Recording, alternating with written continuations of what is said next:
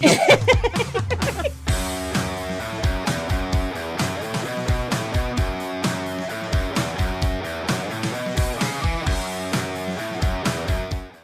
like to welcome you to another episode of Mob Candy Magazine. I'm Frank DiMatteo, publisher. Chris Charamonti, my partner to my left. Let's go, Chris. Let's do it. Another episode. I think we're up to like, I don't know, 9 or 10. It's I think we're going quick pretty much. I can't believe how much content. Yeah, we're going. I've been throwing the content on mobcandymagazine.com. Right. And pretty much if any of the viewers want to see the full episodes of any of the episodes, or buy some merch, it's up to them. But they go to mobcandymagazine.com for anything. And then that's going to be the hub pretty much for everything we do. The magazines will be up there. The books will be up there.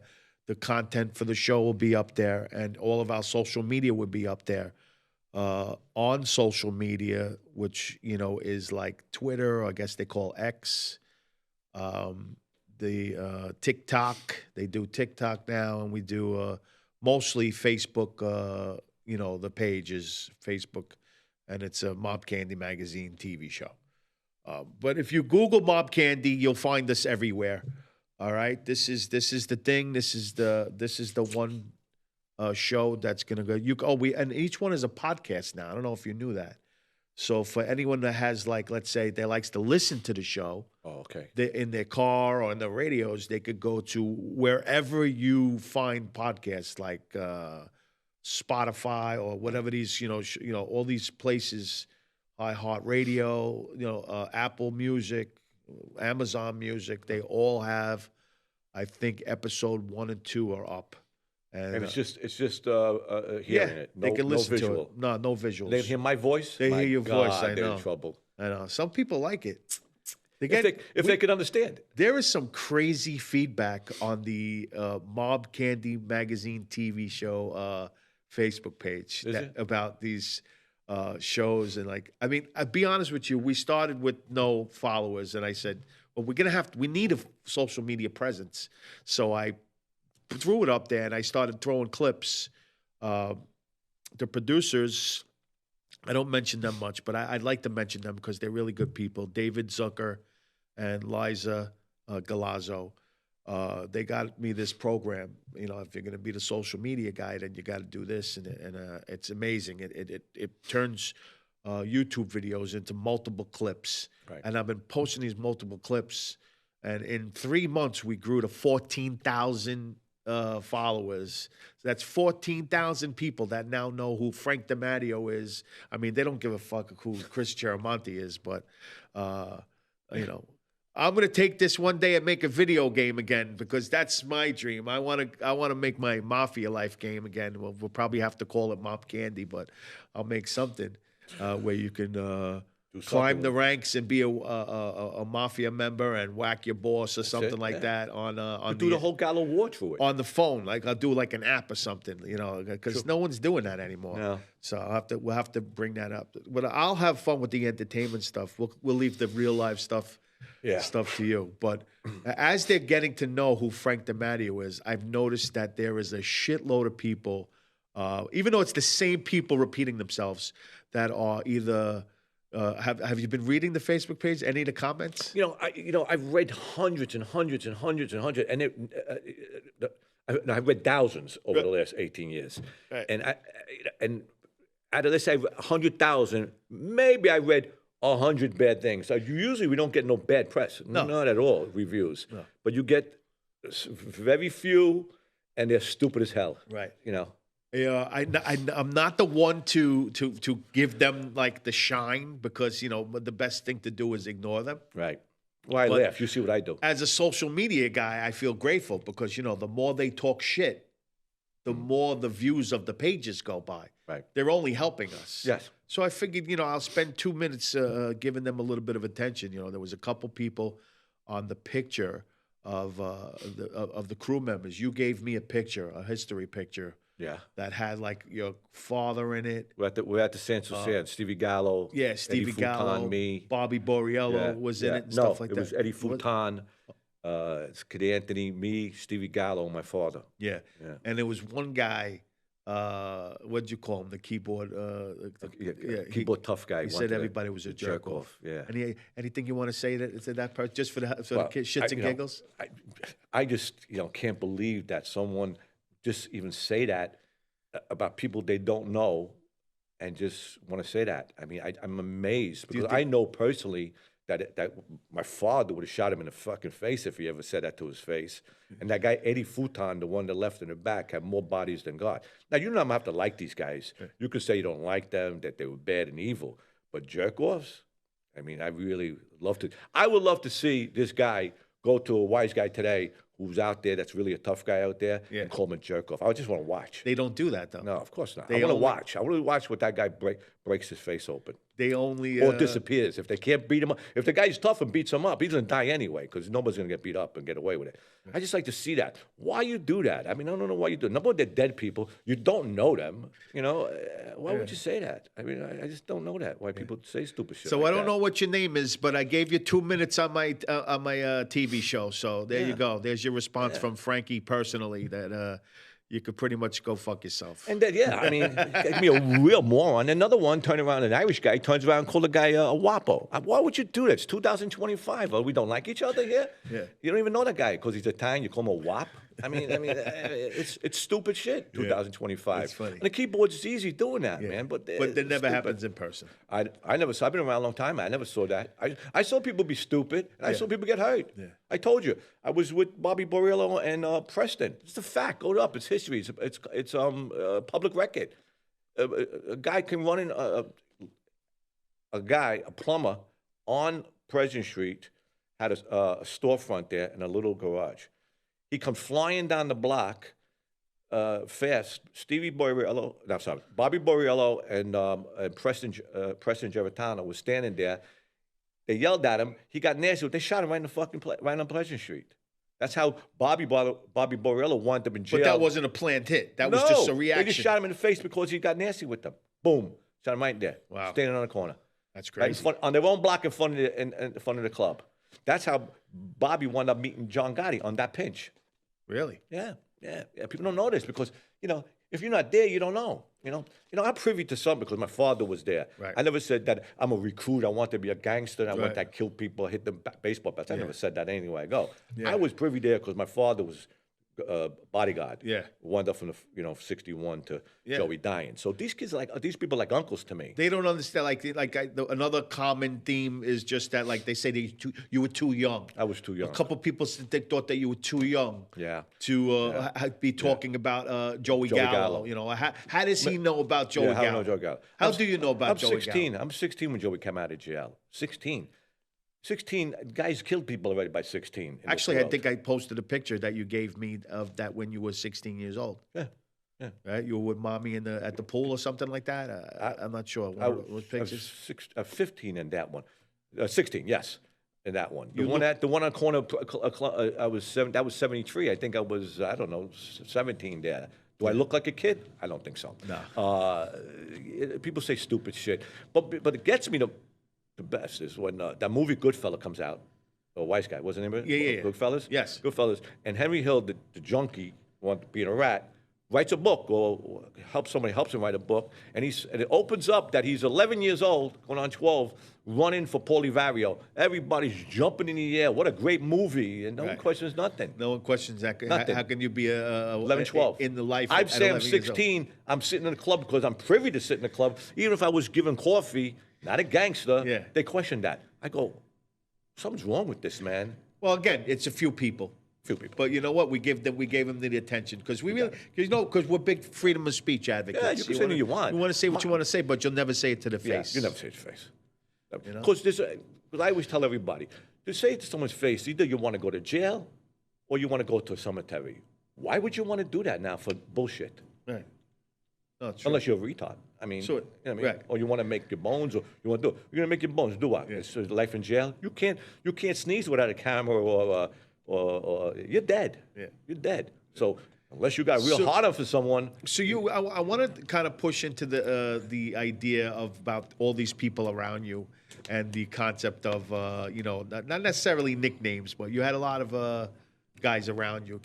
Name a few people that were around you, in that life, or even around like the Gallows, the Crew, the President Street Boys. What were their names?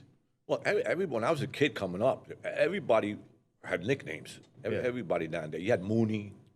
You had which was John Anthony, Joseph. Joseph was all Italian names, by the way. You had Stormy. You had Mooney. You had Smokey. You had Tarzan. You had Louis the Syrian, Sammy the Syrian. Rosario Musico was Roy. Blast. Yeah. You were close with Roy. I was very close with Roy. Because the younger guys, when you went down President Street, had to stay with Roy.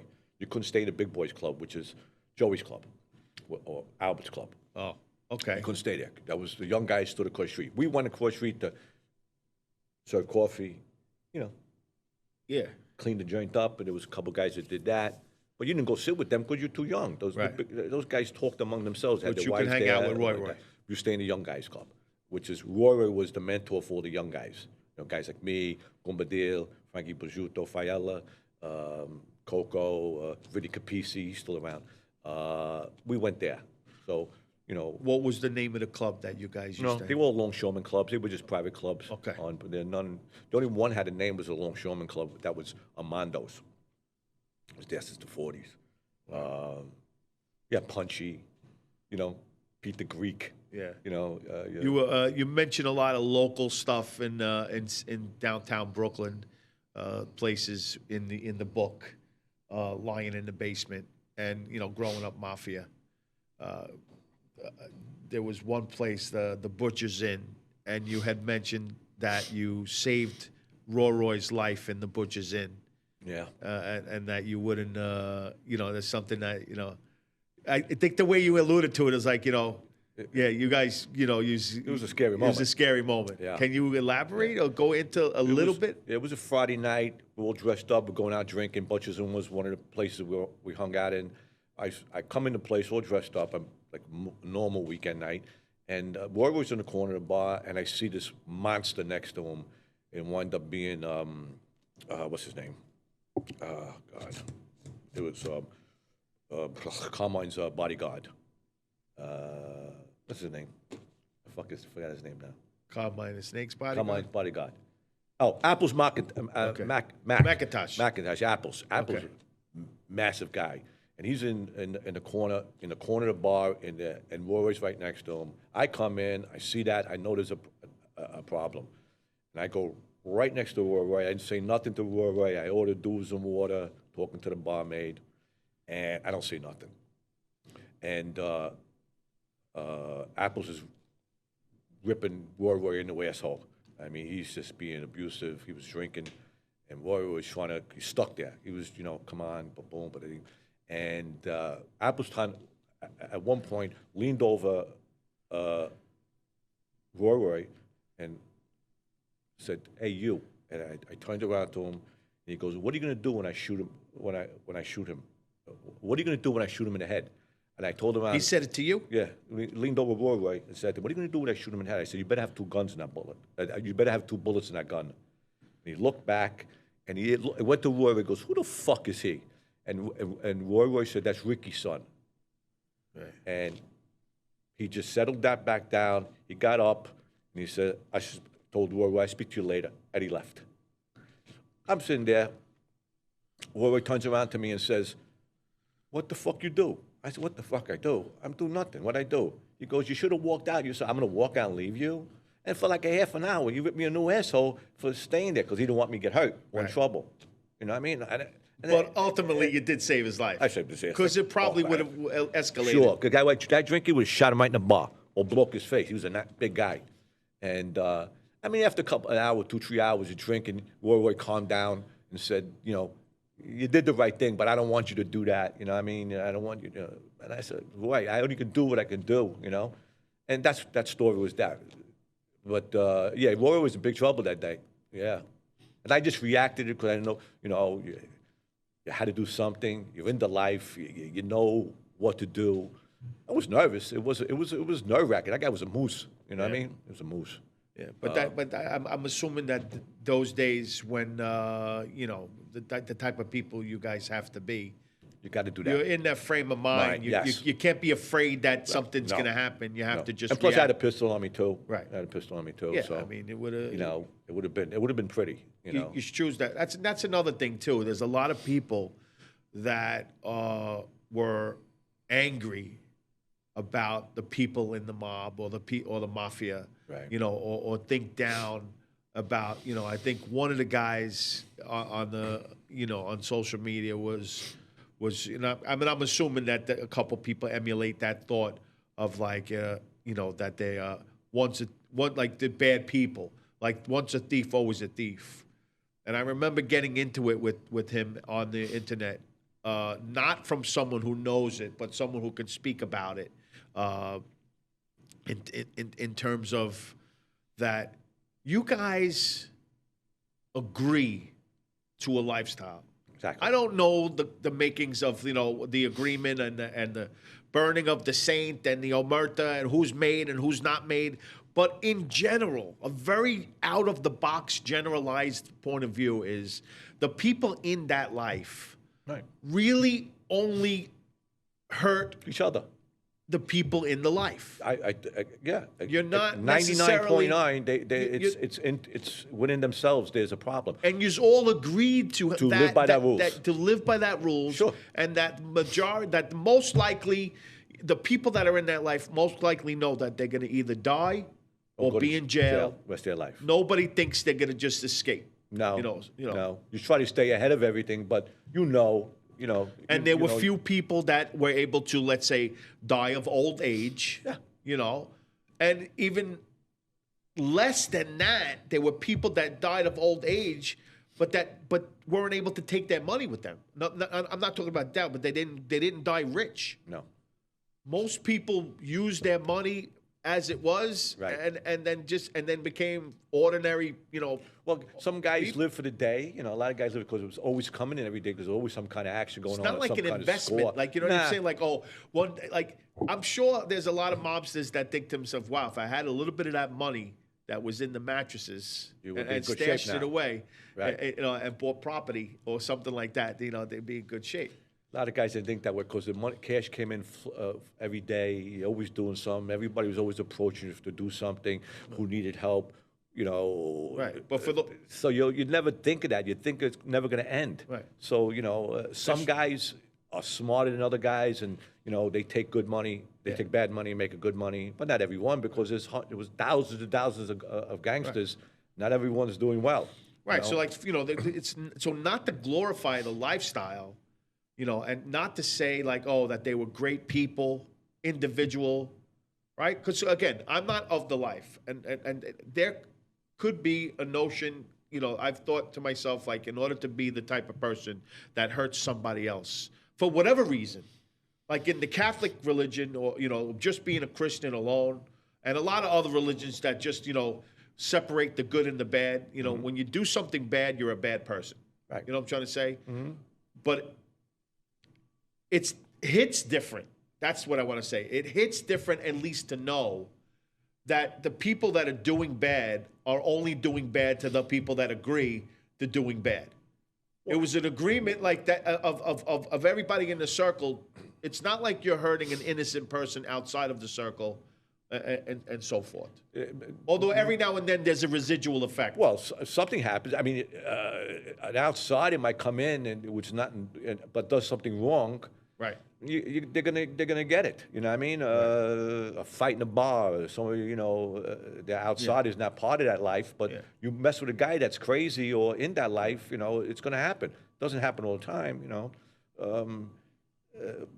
I've read people drive-by shootings, people got hurt, and innocent people. It happens every now and then. There's probably more legitimate people and crazies in the street killing people now and then than these guys killed, outside of killing themselves. Right. They've killed more themselves than anybody else if you do the numbers. Yeah. Did talk about podcasting in general. Like, I noticed a lot of wise guys are I use the word retiring, but you know, like you were able to get out of the life, and we tell your story in other episodes about how you were able to do that, and then not that many people can get out of their life No. without either, you know, you know, No, we were lucky. you, you just got lucky, and a lot of these people came out of jail, did time or whatever, and they're podcasters now, you know, like Michael Francesi. Let's see, there's a couple of them. Sammy the Bull. Most of them are all informants that got a pass. That's why they can talk so much freely and so interesting, because they're all informants, and they're all ratted or whatever the reason was. I have no problem with none of them. It's none of my business. Did you have any crossings or dealings with Sammy the Bull back in the day? No. When I met John, I met him twice through Bobby Borriello. I don't know if that was when he was going to court. So I never met John, Sammy, no. Michael Francesi, I sat over summer in Georgetown. My father was doing business with his father. He drove his father, and I drove my father. That's how, it was. We spoke. And those other guys I never met. Mazza, we just had mutual friends. Larry Mazza, yeah. Mutual friends, especially my uncle Joe Shep. Joe Shep, and I Joe Shep, Right. So Shapani was his name, yes. right? But I don't know them, Al Light, all these guys. I mean, I don't know them. I don't, converse with them. I don't do nothing with Joe these guys. Shep was a driver for Lucky Luciano. Yeah, he was with right? Lucky. He was with Joe Adonis. Right. Close with Costello.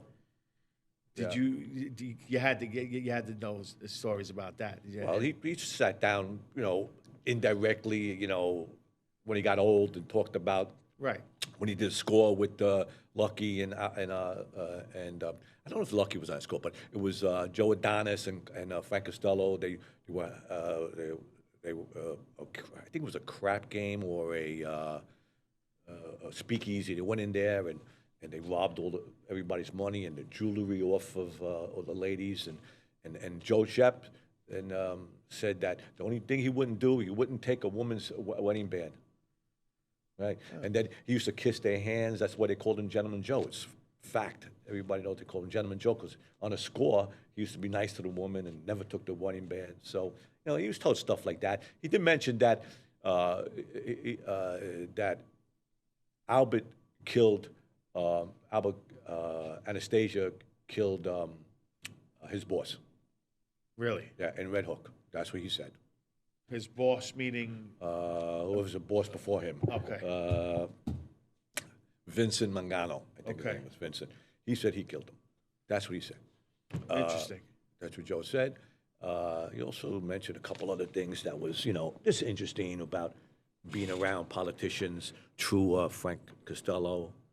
Like I said, I met Frank Costello, because, and another keyboard moron says, "Who are you to go see Frank?" I didn't go see Frank Costello. I wanted to be in the asshole driving because you need young guys with the drivers. Right. It's common in this world. If you know anything about our world, that's what we do. That's how we start. Right. Driving, taking numbers, doing that. And I wound up having taken Joe Shep to go meet Frank Costello in Manhattan. Wow. That's how I met him. I didn't go see him. I didn't go invite on to meet. I had to be a driver. Yeah. And that's how I wound up seeing Costello, because we parked the car in front.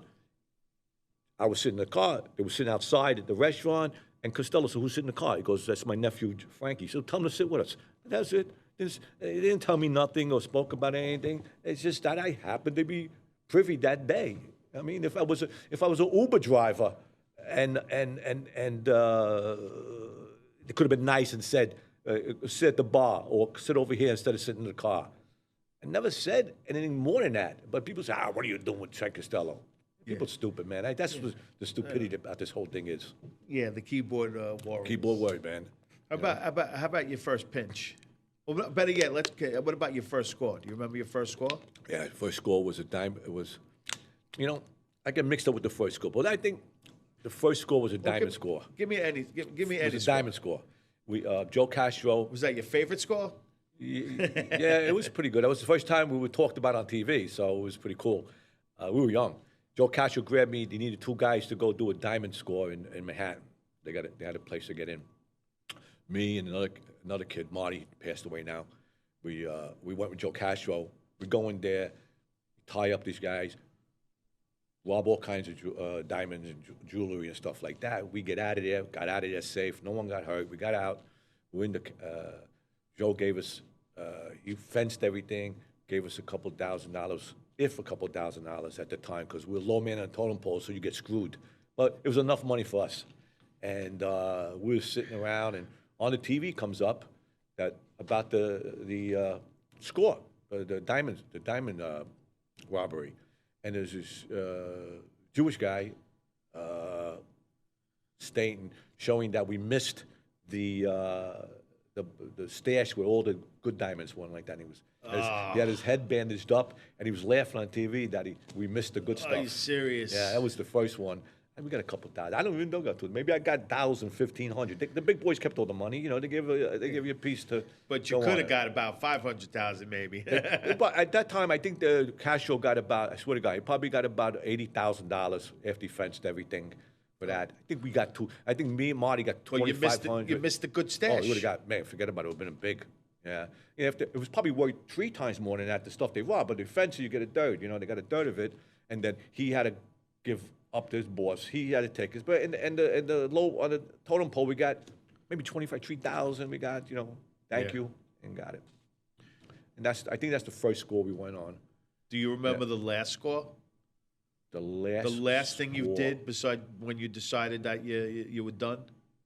Or in general? The last score we did, I got called in on a load of swag. That was the last thing we did. It was coming out of Kennedy. It was a bunch of women clothing, and it came right to us. We had a store on a loose storefront with the Screw magazine on in Coral Street in Brooklyn, and they come in and they just dropped everything off into our back of our room, and we must have sold. Coil, Sheepshead Bay? Yeah. Oh, nice. Right across the street from Thrifty. We had we had a store there for a while. Nice. And we must have made about 20, 30,000 on the last score. And that was after that. That's interesting. Nothing. After that, Anthony wound up getting pinched. Anthony Rotunda getting pinched, and that was it. But that was like probably the last score somebody came You did time though, right? No.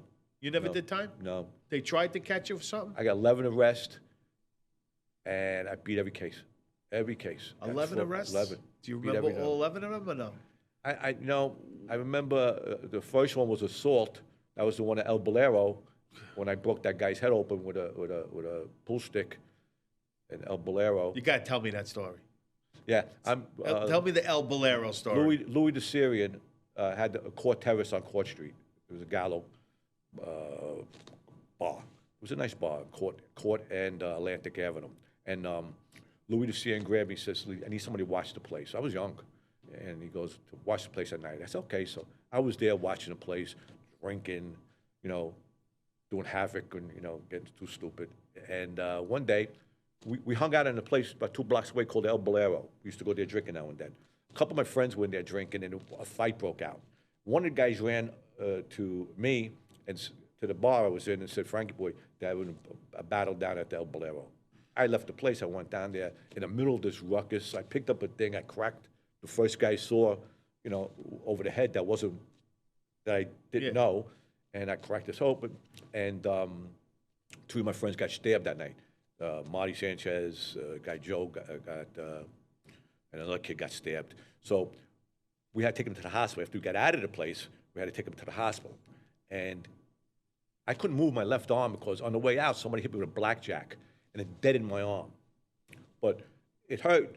It was dead, but I had to take these guys to the hospital. So we went to Long Island College Hospital, and I got them in there. And on the way out, the other guys the owner of the El Bolero was in there, and he's pointing, the cops are coming in, and he's pointing, those are the guys, that's the guy. And I wanted to get pinched for assault at the hospital. How'd you beat that case? Well, they want us to, we knocked it down, and we they wanted us to pay restitution because we broke all the windows, big windows in the place. Everything was broken. They wanted to pay restitution. So they said, you got to pay restitution. Okay. I was in a week. I was in 4 days before I made bail. And when I got out, and then we went back and wanted to pay restitution. So in between that, some guys from Fraser Street went to the bar there, and he has all wrapped up, and they said to him, you know, we didn't know who he was. He goes, well, you go back and tell him we don't have to pay nothing. And they went back to court, no restitution. Oh. And that guy, about 3 weeks later, gets pinched, the owner of the bar. Had a body downstairs. A week before we had that day, he just killed somebody, and they buried him in the basement at the El Ballet. It's all on record. You can look it up. Wow. 1972, 3, like that. Wow. And he wanted to do a life bid because they had a body. It was all junk dealers. They were all Spanish junk dealers. It was a terrible time to, Yeah, it was be in bad the time. news over Yeah. that. He should have kept nice and quiet. Yeah, but that's, I think they, You know? because after that fight, I don't know, something came in, and I don't know why they came in. They found that body down there, and that's what happened at El Boleros. Yeah. Yeah. And there was but I another beat the story case. about something that happened at the Court Terrace. What's the Cortez? The Court Terrace, one of your first scores. The Cortez. Oh, I read a yeah. book. Cortez is when Joe Castro again got in touch with us. They were doing. He got some word that they in the docks they were throwing some dope off the docks, off the boat, and he needed us to go. He was going with another guy. He needed 2 more guys to watch. So we were on end of Pierpont Street, looking down at the boat.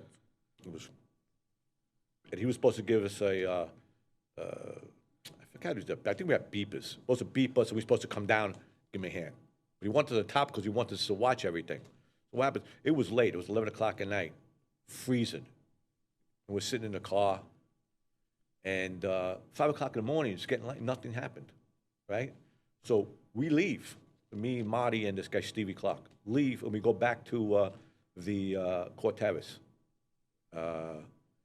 And he comes walking in about 15 minutes later and says, where were you? I says, it's freezing out. It's raining. It's 5 o'clock in the morning. It's light. No one got in touch, and we left.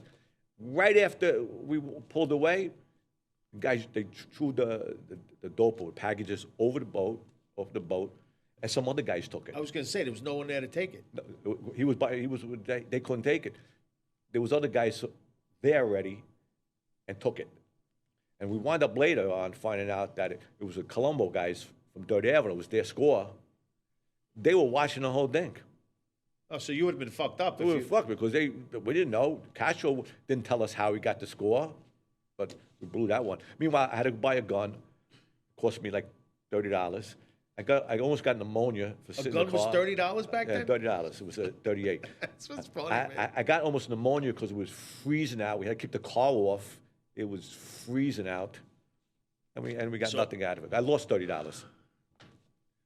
I have to ask the question that probably, most likely, anybody who's reading the magazine or watching the show wants to know about Frank DiMatteo. Did you ever kill somebody? No. In all the years that you've been in that life? No. Were you ever present while somebody was needed to go? I was privy to a couple of things. You know? Still can't talk about because there's no statute of limitation in it. But my answer is no. Okay. All right. Privy to a couple things. And is do I fine. want to tell that? Do I think it's nice? No. I don't think it's nice in the first place, but no. Well, assuming that the person who had to go because they did something wrong. Definitely. Of course, I'm not. Definitely. That's basically. And what I I'm was getting privy at. to, they all deserve it 3 more times. Okay. I think they should be dug up and killed again. But Right. that's neither here nor there. Is it right? Is it wrong? It's a philosophy. Any high, again, I don't expect you to really answer, verbatim, but any popular or high notary mobsters that your father What? might have got rid of? My father wanted to kill Mooney, John Catrone, for 10 years. Took him 10 years to kill him. And he wound up killing him with him and Tony Bernardo, killed him. I mean, I know Bobby and Preston was on the Chiraz hit. I know that for a fact. I mean, so, stuff like that I know, I know I got a new book coming out soon, and I got a couple of things there that I'm not going to talk about until the book comes out. What book? We're going to do a book, another Gallo book we're going to do, but we're going to do it in the we're working on it now, Right. but we're not going to release it for another little while. And there's a couple of things in there that no one. Is it going to talk about the hits? There's two in there that it's always been up in the air and up in the air. That I was privy to two. So you're going to them. basically, again, Yeah, okay. not And necessarily a tell-all, but you're Well, going it's tell-all because they're all you're going dead. to be able to speak They're all dead about 100 two years. hits that basically. That people still scratch their head about. So that I know of. But I'll wait. That's till interesting. I'll wait Do you till have a it's title over. of that book? Nah, not yet. Well, we're going to put it on mobcandymagazine.com. Yeah, we're gonna do it. We're gonna do it All as right, soon as we'll throw it. We'll throw it in the. we'll just wait and wait. It's gonna be a little way down the line. We're writing it now, but Right. me and Mike is writing it now. But Yeah. we're All still of the waiting. stuff that we do is the hub is www.mobcandymagazine.com. Right. Which I don't even know if you say www. I don't have no idea. No, because it's probably just The last- mobcandymagazine.com. Yeah, that's the best one. And again, we it's what we do. People are curious, and We got good stories. The magazine's good. Books are good. It's entertainment. That's what we're here for. I like the podcast better. Yeah, It's fun. yeah, it is fun. It's fun. It's that- entertainment. That's what we're here for. We're getting the wrap up. Sign. So we're gonna wrap up. Thank you guys for listening. This wraps up another episode of Mob Candy Magazine TV.